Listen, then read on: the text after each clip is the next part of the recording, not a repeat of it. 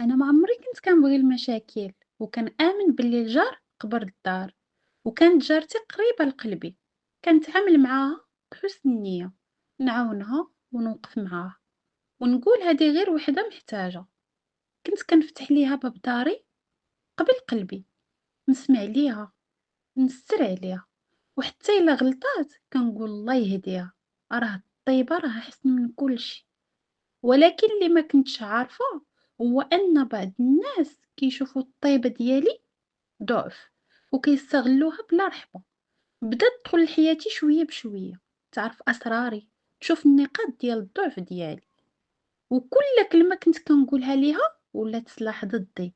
نهار سمعت عليها كدوي عليا مع الجيران ما صدقتش ودنيا، قالت كلام ما عمري قلته، ودرت راسي في موقف خايب وخلاتني نبان أنا هي اللي غلطة. سكت، حيت سكاتي كان طيبة ماشي خوف، ولكن هي فسرات السكات باللي ما عنديش قوة، وولات تزيد وولات تتحاربني نهار على نهار، كلام، إشاعات، نظرات الحقد وتصرفات كتوجع أكتر من الكلام. وصلت للمرحلة اللي كنت كنخرج من داري ونرجع وقلبي معمر بالحسرة، كنت نقول واش هذه هي النتيجة ديال الطيبة ديالي؟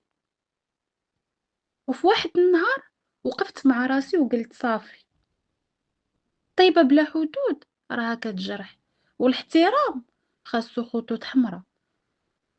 ما حاربتهاش، ما سبيتهاش، غير سديت الباب، قطعت الكلام وحطيت الحدود بيني وبينها.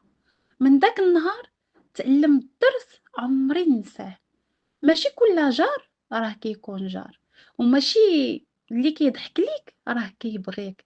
الطيبة خاصها تكون مع اللي يستاهلها، وإلا وصلتي لهنا عرفي باللي راك ماشي بوحدك، وأنك قوية حتى إلا كنتي طيبة وزوينة.